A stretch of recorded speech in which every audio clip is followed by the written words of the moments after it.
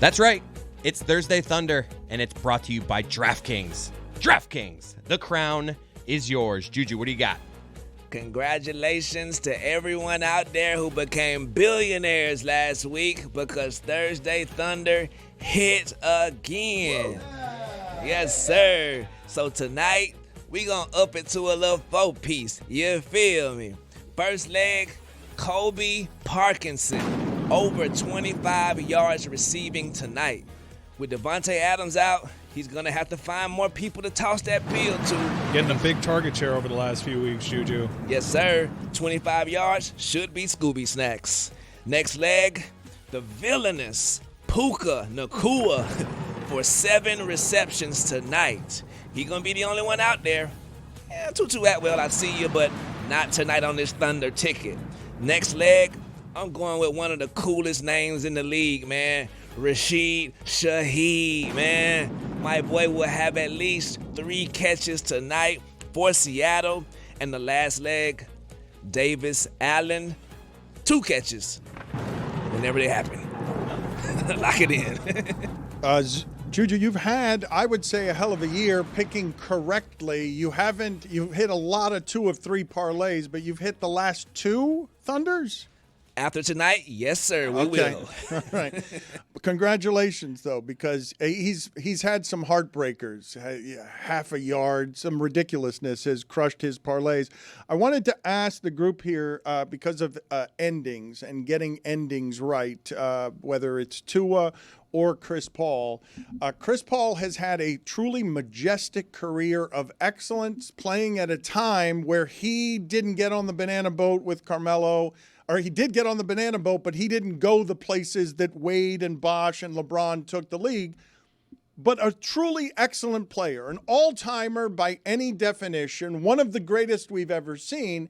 And now the reporting on him feels lonely. Feels like Chris Paul has been wandering the earth the last few years without a recognizing of his greatness in a proper way. And then he gets to the Clippers and tries to hold people accountable and nobody comes to his parties. And the reporting on this, what's happening here with the reporting on this as you read between the lines, because this is not the ending that Chris Paul's excellence deserves. Yeah, and I don't even think it's the ending that the Clippers wanted out of this.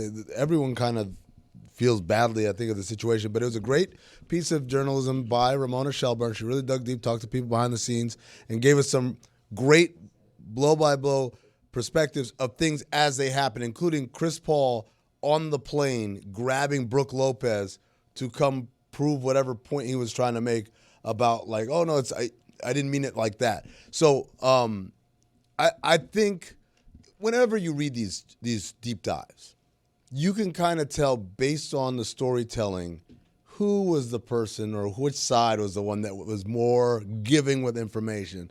And in this one, it was clearly Chris Paul's side.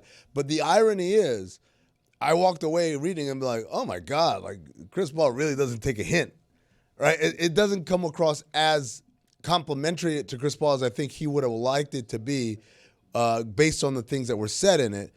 My favorite story, like I said, is him we talked about this where he got into an argument with Jeff Van Gundy about did you change the coverage or not? And he said, I didn't change the coverage. I merely suggested a change of coverage. And they're like, well, you change the coverage, whatever. And so he literally goes and grabs Kawhi Leonard and one other guy, John Collins, I want to say, as character witnesses. Guys, did I change the coverage? Did I change the coverage? And they're like, no, he just suggested changing the coverage. And I'm like, Chris, that's the point. The point that you're sitting here being the locker room lawyer and getting character witnesses or whatever, that's exactly what they're talking about. It's the semantics of whether you actually change the coverage or merely suggested a change of coverage is what they're talking about. It's just we don't need you to be a lawyer here and with the legal terms in the gray area. It's what he's always been. Yes, Dan, but I think they had an expectation and they talked to him about it within the before they signed him, and they reiterate several times now, Chris, this is the kind of role we want you to be. And he's like, yeah, I'm totally cool. And then, of course, he couldn't help himself, and he became himself again. I think the thing that when you're a tree shaker, you're always going to be a tree shaker. And that's what makes Chris Paul great, right? And, yeah, he agreed to having a reserve role on the court. But you're never going to be able to take the Chris Paul out of Chris Paul And that's sort of silly that the Clippers, who are a downright disturbingly embarrassing team in terms of team culture over time, would poo-poo, would dismiss, would besmirch Chris Paul trying to uplift the culture of the place by, I don't know, throwing a party, trying to get the group chat all together, throwing another party. How dare Chris Paul try to bring the team together? So we talked about this on Basketball Illuminati. The episode is out this week about specifically that. And I think the part that you can't look past is he has the behavior of an asshole. So, like, throwing a party, we all know, like, a real asshole you don't get along with. Would that person throwing a party make it, you know what, he means well, I'm going to go. No, you'd be like, the hell out of here. Mike, what are you doing tonight? Read the room. Mike, what are you doing tonight? I'm going home. Oh, so you're not coming to the holiday party? No, I'm going to College Station early in the morning. This is my last show of the year. Dan, if I threw a party, you'd go, right? You're not coming to the holiday party because No. you're going to go be with that cult, those people at Texas A&M? That's a weird way to frame a business trip. I'm surprised to see Chris Paul go out this way, and I'm surprised to mean that anybody would expect Chris Paul to be anything other than formed superstar. The Van Gundys say the hardest thing in sports to coach is the aging superstar, requesting self-awareness of Chris Paul at this point in his career when he's always thought he's leader guy, and I'll bring everybody together. I've got 20 years of proof on my resume that says I'm a formed leader. Wait a second. You made the point about an asshole throwing a party, and your first question was to me? Oh, that was just coincidence. I just thought of a party like, hey, what are you going to be doing tonight? Dan, here's a problem. You can be a leader, but it has to be within the kind of like, again, the auspices of what we're doing here, right? And when we talk about that staff, a very veteran staff of coaches, right? Ty Lue's won a championship. He's a great coach, right? Jeff Van Gundy, one of the greatest coaches the league has probably seen, right? Larry Drew, former head coach. Brian Shaw, former head coach. So they don't need you to do things that are deviating from what they're doing. A great example of this is Udonis Haslem.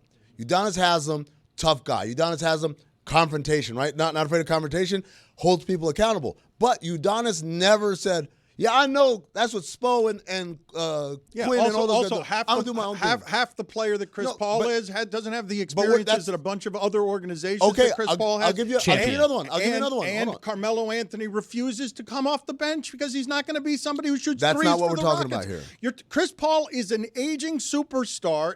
He's 5 years past where Carmelo was. I need to stop you because you're talking about Carmelo, and Carmelo is playing and expected to be a starter. Chris Paul, when he was signed with the Clippers, they were abundantly clear. Now, Chris, you're probably not going to play a whole lot. I'm not talking about minutes. I'm talking about games. You're not going to play that much. We want you here to be a steadying force, be a locker room voice, a leader, all these things. A locker room voice. Krista, a locker room voice that is not in contrary to what the coaches are talking about. But what if they're wrong?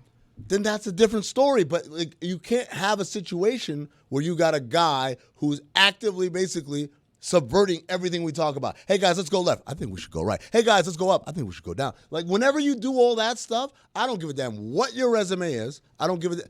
Especially when you are, if he was the star player, if it was Kawhi Leonard doing this, then that's a different story, right? You were signed to be the 15th man. The 15th man.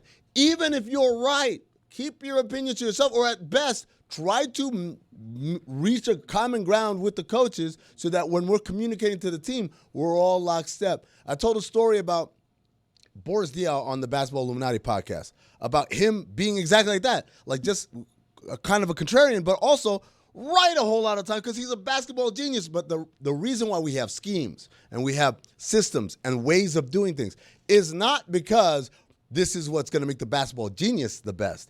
It's because not everyone on the roster is a basketball genius. And so if we have one dude saying, let's do it this different way, you got guys who are like, wait, are we doing it this way? Are we doing it that way? And that's the kind of discord that a team cannot abide by, even if they're as awful as the Clippers have been this year. I totally disagree, though, that this reporting makes Chris Paul look bad. To me, I think it makes the Clippers look really, really bad and really out of touch. If you think you can quell and silence Chris Paul ever, despite you're the 15th man off the bench, I mean, what are we doing here? That is just delusion. I think, again, one is when that's the framework of why you're even here, I think that changes things. And two, I could think of a lot of great players who did and were accomplished and everything, and they went along with it. They did not buck against this. And the biggest thing for me in the story is multiple times they made it clear to him, dude, you got to chill. Like, that's not your role right here. And including there's one time where he's like, yeah, can I address the team and apologize to the team? My bad, guys. I was out of line. It's like it was being told to you. So at some point, and I'm big on this from just a regular, whatever type of business you do, when someone makes mistakes, you don't say, get his ass out of here. You have a conversation. You have multiple conversations. Hey, man, like you keep doing this thing. It really is an issue. I need you to really cut back on it. At some point when they don't, what do? What's your next step? Do you just let him keep doing what he's doing? So my question is why wasn't there a problem in San Antonio? He started all these games. They welcomed him back. He would have been there again.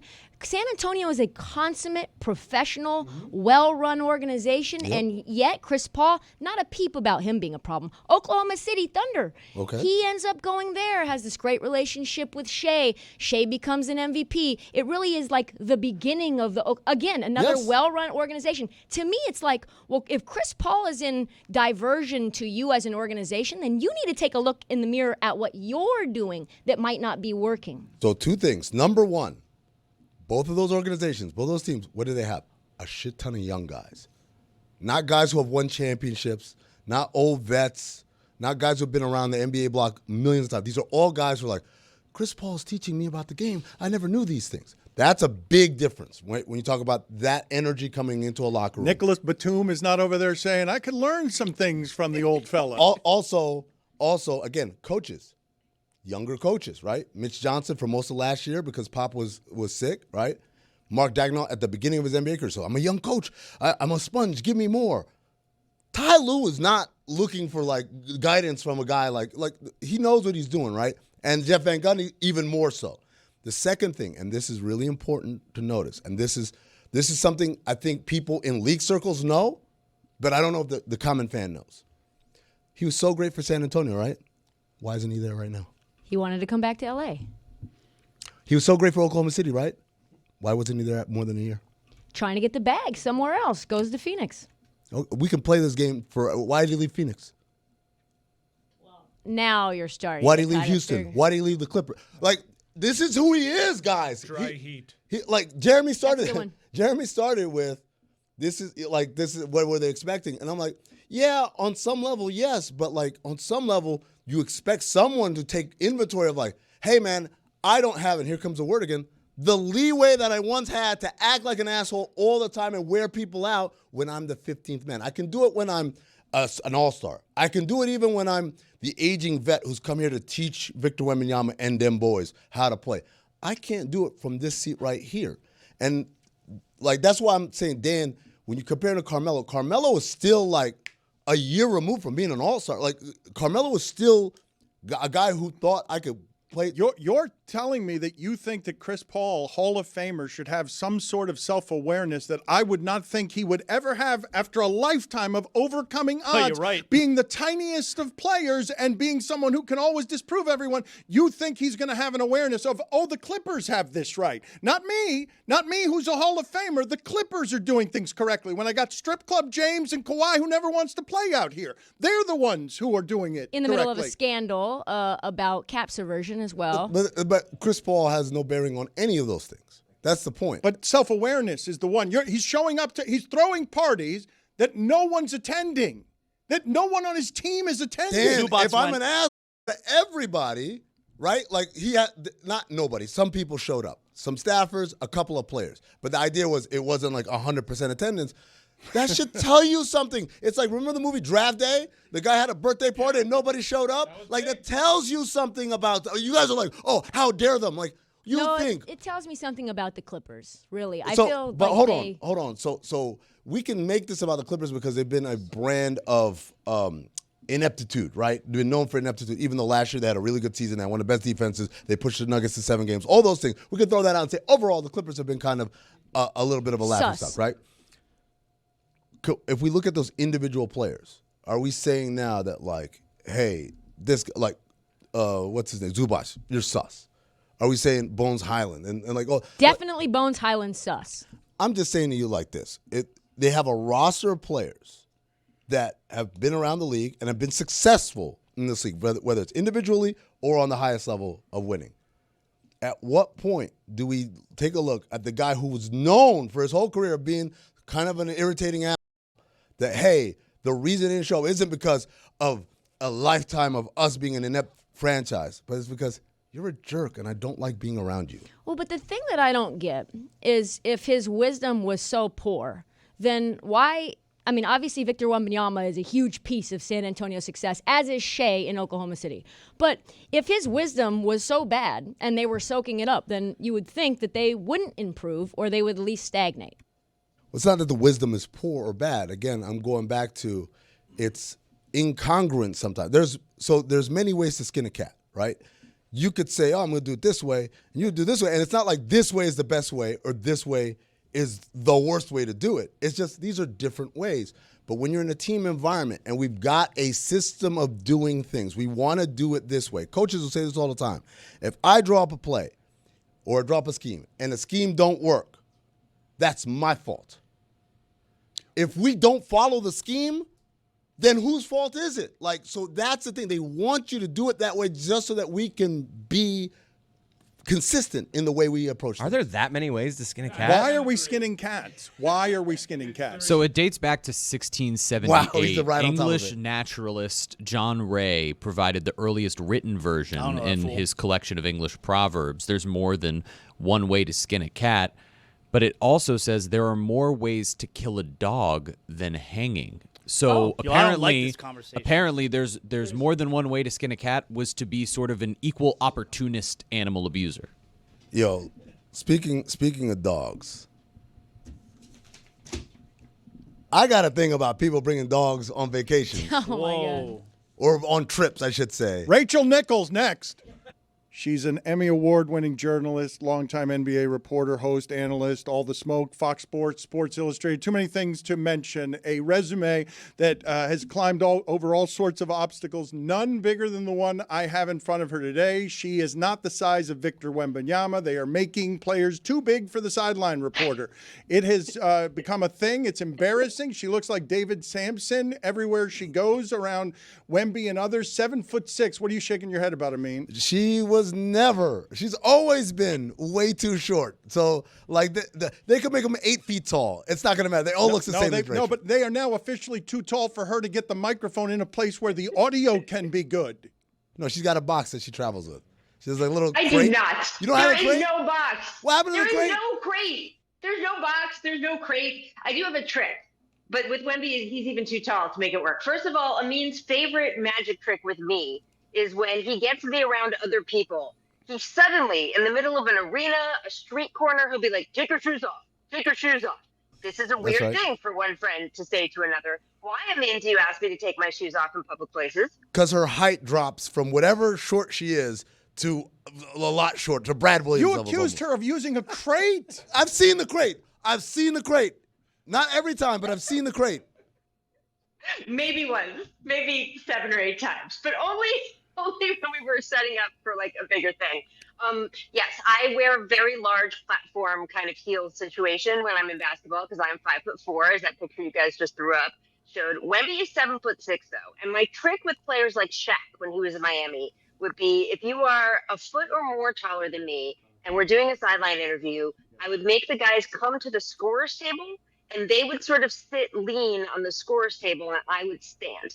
So there's a bunch of pictures of like LeBron and me in Miami or a couple other places where like the player is sitting on the scorer's table and I'm standing. And that's how you can do an interview where you can look each other at least somewhat in the eye. Rachel, you just changed my life. This is incredible news. Cologne Right? wear has You can made look life for this very, now. very difficult on me. I look shorter than I ever have, and you just made things a lot better. You're gonna See? wear. There you go. Are you gonna wear shoes like De Niro and Al Pacino do in the movies, where they're wearing like these 5? Robert Downey Jr., have you seen what he wears? I have not. The famous photo I've seen is De Niro and Pacino walking around on like stilts for shoes. Go look at Google Robert Downey Jr.'s feet, and I don't mean that in the way that Zaslow might mean. I just mean. Whoa! I thought Brad Williams caught the more stray this segment. She just accused you of a foot fetish. I mean, she's not wrong, but I don't know that that's ever been disclosed before. How does she know that? That was not canon. Unlike the fact that your number one thing we should know about you is that you don't want to be a cuck.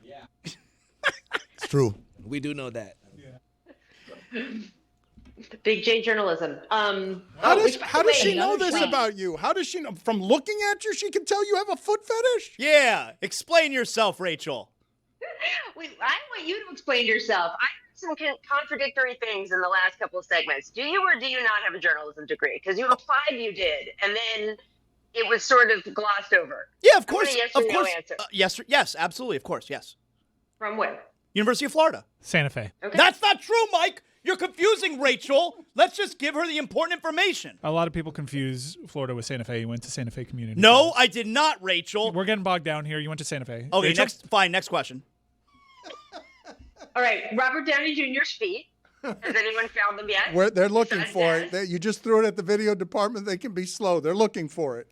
All right, I'm just telling you, the platforms are real. But yeah, that's what you have to do. If you're a sideline reporter, you have to improvise sometimes because some of us are small. And as Amin likes to tell people, I am Hershey's Kiss size.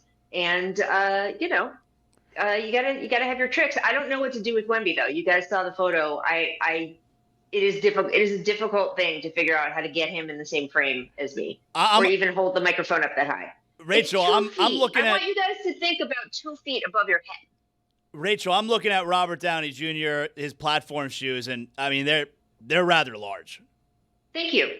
Thank you. I knew you'd find them. Of all the people, I knew you'd find the feet first. He's a journalist. I wanted to include you on the conversation we were having before you came on here. I feel bad that Chris Paul is getting this as punctuation. I think as the most popular Clipper ever, the one who helped restore the franchise to something of relevance, I think that he thought he was going to get the big tour at the end, and now it's just the punctuation of Zubach is at the holiday party rummaging through the pretzels, and there's no one else there. Like, what? It makes me super sad to see this going out this way.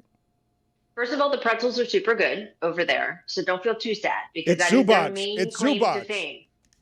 Their main claim to fame on the Clippers right now is that the pretzels are really good. If you go to the arena, the pretzels are excellent. And I don't know what that says about the rest of the team, that's the most exciting thing we can say right now. You have an organization under investigation. You have an owner being sued externally, and it sounds like possibly, that there's more coming. You have a losing team. You have a franchise star that is there not that often, and you now have the Chris Paul situation. You got to celebrate the pretzels. I would have expected differently.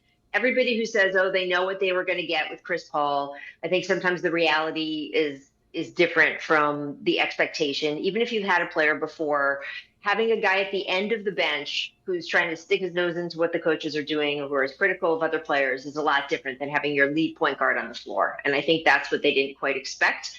But I also think it could have been handled differently. I don't understand a situation where it was better to have this PR nightmare in a season of other PR nightmares than it was to get a few more wins in a season where it's not really going to matter that much anyway. But you know the real stuff about what people think about people behind the scenes. Chris Paul has always been viewed as a bit of a politician. So you bring him into the organization and he starts telling people, this is how I would do it.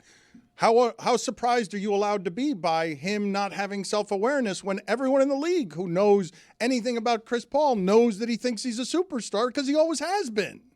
Not just thinks he's a superstar, but knows all the details of how to do something the right way. And by the way, he often does. And that's part of what's annoying also, is not just that he's so sort of forceful in his opinion about every little thing you might be doing. It's also annoying sometimes that he's right? That's what gets on players as well. But here's the thing I would say about Chris Paul, and this is where the Clippers made the biggest mistake. It wasn't bringing him in. It wasn't how they handled it. You know that line in The Princess Bride where it's like, never get in a land war with a Sicilian? Is that what they say, right? Or something? I know it, but Chris Cody might need some elaboration. Why? Because he's 12? What? You haven't seen The Princess Bride? I don't know what you're talking about. I'm sorry to reveal to everybody, Rachel, that I don't know what you're mentioning. You don't know The Princess Bride? On Oh my Reiner God. Week. The late Rob Reiner would be ashamed of you. Terrible. Go home, watch The Princess I don't Bride. need that today. That's one of No, those you should things. feel that. You You Sit gotta in that. pretend that. You should feel that. That is troubling. There is a line where he's like, "Am I guys shipping? Am I right? Is it never getting a land war with the Sicilian? Right? Within Asia is what the land. In Asia, never getting a land war in Asia. That was Thank good you for confidence, good correcting conviction my- there. I mean, good. That was Sorry. strong confidence. Don't deflect. Don't make I this don't know about what me. you. I'm not exactly. defensive about not watching The Princess Bride. How did we know that Zaz You is a should foot be. guy? You should be defensive about that. That's where the young Fred Savage got his start. Okay, anyway, my point is that I would never get in a PR war with Chris Paul, ever. Because here's the thing. The minute they had that meeting, did Chris Paul wait until the next morning to start putting out his side? No. 2:33 in the morning, they sent me home, right? That was the message we got. The Clippers did something to him. Then who's the loudest voice in NBA circles right now in terms of news? The biggest news megaphone right now is Shams over at ESPN. There is a phone call made to someone, from someone, that got the message to Shams, and this was the quote. It was, he was holding teammates and coaches accountable, and they didn't like it. That was the sentence. Not he was being a dick. Not he was embarrassing people in front of the locker room. By the way, I'm not saying he did any of these things, but you could use the same action and describe it in two different ways. Man, Chris Paul really putting his nose in other people's business and being critical of players and like being a pain in the ass on the coach's side. Or the story could be Chris Paul is holding people accountable. Guess whose version got out? Right away. Chris Paul holding people accountable. That's why he got sent home by the Clippers. I wouldn't get into a PR battle with this man to save my life. And I don't think the Clippers have recovered from that one sentence. And I think a lot of the people who come here in Los Angeles to see the Clippers play, yes, the pretzels are very good, but they were coming for Chris Paul's farewell tour. And now I think they're going to sell less tickets just around the whole country and certainly here without Chris on the floor. I would not get into a PR war with Chris Paul, or a land war with an Asian, or a movie war with Dan Le Batard, apparently, because he hasn't seen any of the good ones. You should absolutely get in a movie with Dan Le Batard because he's going to lose every single time. Him and Zaslow, they're terrible. I'm a great movie guy. How dare you? Just sports movies. Rachel, you mentioned, and so did Dan, like everybody around the league thinks or knows that Chris Paul is an asshole or whatever, but he's also known as a winner, and how much you can skew the same action into two different narratives. Like from what you know, what is the real story? Is he a winner? Is he a consummate pro? Or is he an asshole that gets on everybody's nerves and he gets kicked out the door every place he goes? Yes. Well, look, he is definitely a winner. There's no doubt about that. I know he hasn't won a title, but there's a lot of people in NBA history who haven't won a title. If you look at all of the other things he has done, he's a first ballot Hall of Famer. Also, he can be a pain in the ass. By the way, Kobe Bryant is someone who was celebrated. Michael Jordan, what did everybody think about after they watched that documentary? Man, that guy was an asshole. Isn't that great? Right? I mean, how much of an ass did Jordan come off of in that documentary? And everybody thought it was the best thing they had ever heard. When you are a winner, you can be the biggest in the world. If it is getting results, if you are doing it in a way that makes other people, amused and, oh man, do you see how he tore that guy apart? It's when you're at the end of the bench, at the end of your career on a losing team with guys who maybe have heard your act before and don't really want to hear it anymore. That's when it's harder. So both things are true. It's a great question. Both things are true, but it just really depends on where and when you are of how people feel about those things being true. Rachel, is it fair for Heat fans like myself to be frustrated with Adam Silver seemingly unwilling to do something in regards to the Terry Rozier Miami Heat situation? No, I mean, look, I was in the room with Adam, was it yesterday or 2 days ago, when somebody asked him, Tim Reynolds from the AP asked him about the Terry Rozier situation. And he basically gave a version of, hey, what are you going to do right now? I think the NBA is a little stuck because Rozier hasn't been found guilty yet from this federal investigation. It does feel to me that you could compensate the Heat in some way for this time going by, whether it's the way the salary cap relief is, even if they have to keep paying him, it's the way what counts and what doesn't count. Obviously, whether this draft pick conveys or not is going to be an issue, but if I'm a Heat fan, I would want more from the league. I just feel like the commissioner is throwing his hands up. It's like there's no precedent, so I don't know what to do. Literally what they are doing, but there isn't, and I think doing nothing is always easier, right? Yeah, isn't it? Yep.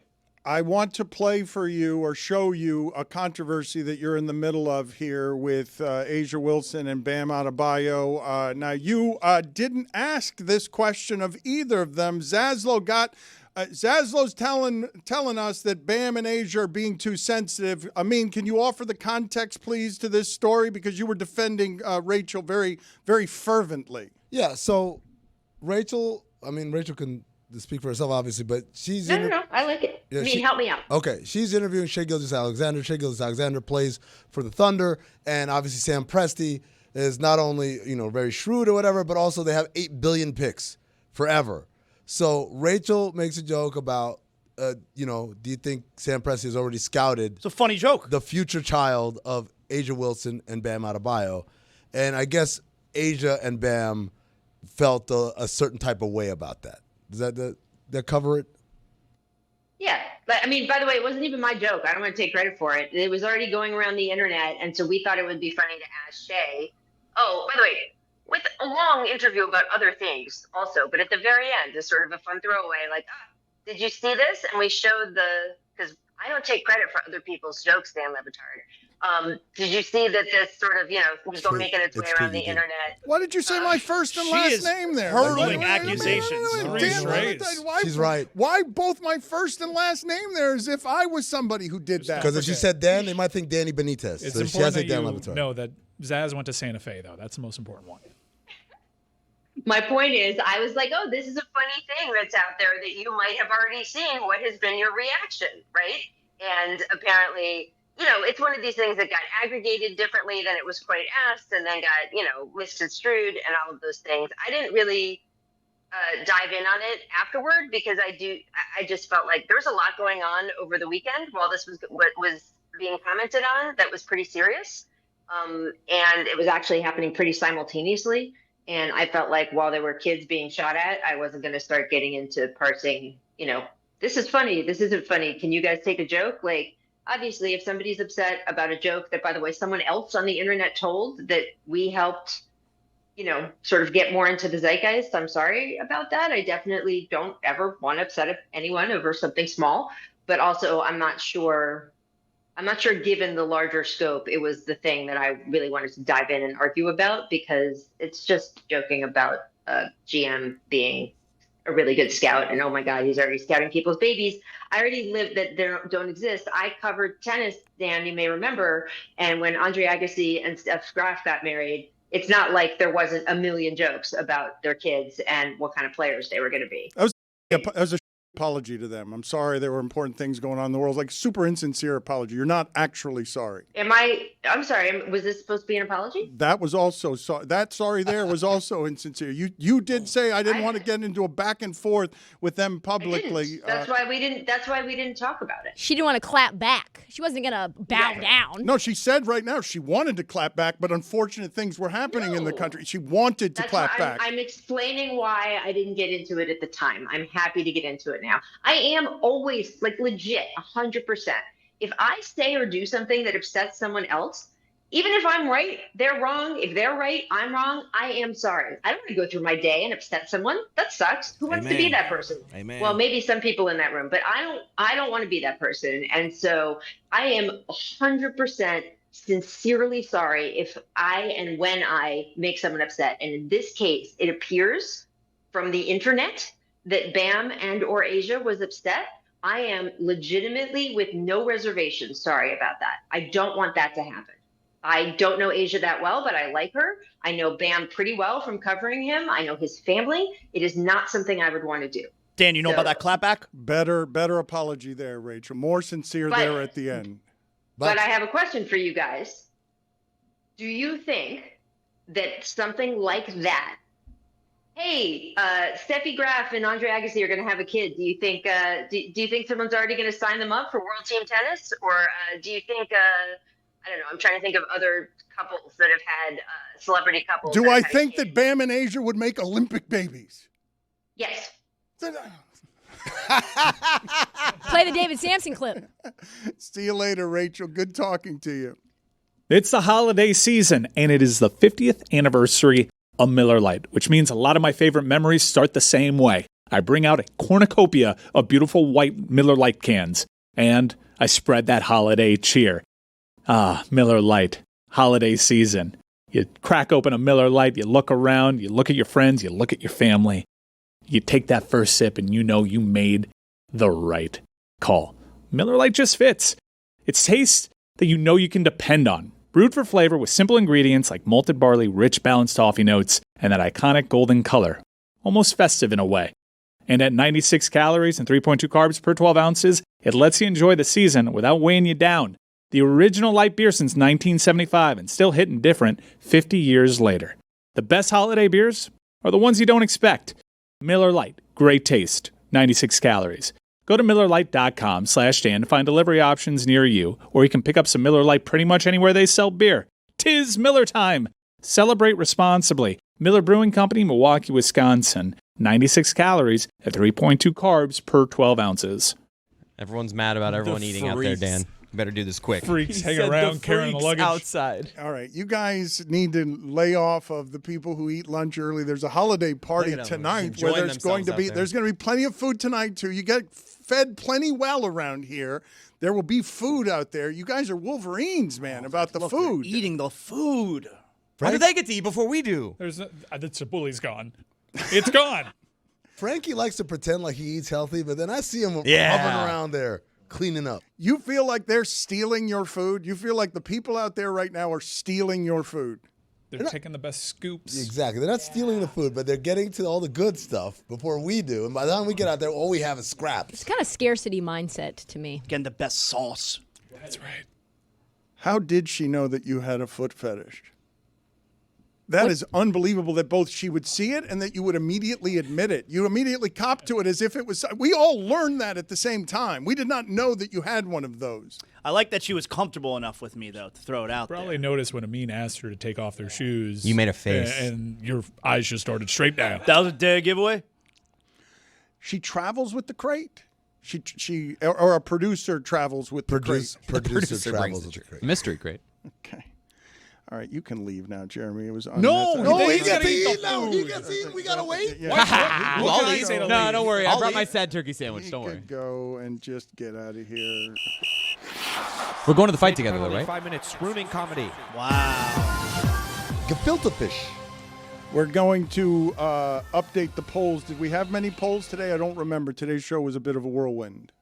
Yeah, we had 3 polls today, Big Dano, and there were some good ones. Okay, you want to share them with us? Oh, I mean, I'm used to doing the post-game show where I start off with top 5 cringiest moments in sports. I'm going to go real fast because that food is getting out. Matter of fact, I'm going to make it 4 because we're going to get out of here for faster. Number 4, Albert Hainsworth stomping on a brother. Get him out of here. My sister Ray Gun breakdancing in front of the world, number 3. Number 2, was saying, show me the money. And number 1, Josh Hart, what are you doing on that stage? My God. Good old-fashioned goose. That was AI. Well, how's your uncle? Hey, Brunson he was angry, man. I've never seen Brunson angry before. No, I meant it was Allen Iverson. Oh. I would be angry too. Don't do that to me. Well, so do we have the video of that? Because the Brunson, these guys are legitimate friends. They seem to be best friends. Oh. They have a podcast. Jeremy's eating. Why? That's not. Why is he not in the penalty box? That's not a That's penalty. what happens when you kick me no, out. Kick me out. No, the penalty Derailing box comedy. is where the penalty box is. Carson Beck. No, he's not supposed to do that. Peep of Aqua. Kick me out. No, I Kick can't. me out. That's Peep of not- Aqua. What other polls do we have, Juju? We also have the video you just asked for. No, well, thank you. Gerard Pringle. We'll get to. Thank you. Line of scrimmage. Okay, here we go. There we go. The video. Here, everyone reaching. Oh, there it is. My entire high school baseball experience in one video right here. Yeah. Oh, wait. Yeah. Very baseball. Hey, talk to This, somebody, this brother. gives off baseball vibes. It is a baseball thing. Oh, damn. All right, first poll. Does everyone know that Derek Jeter is a bad person? What was that? What was that? Feels like 4 months ago. 60% of the audience said, yes, they do. You're so hungry. Can you wear a banana sack on YouTube? 53% of the audience says yes. And last poll, who does ass look most like? An undercover cop, a skateboarder, or a fidget spinner salesman? 52% of the audience say fidget spinner salesman, and those are your polls. Thank you, Juju. Soda drinker. Tabula on 3.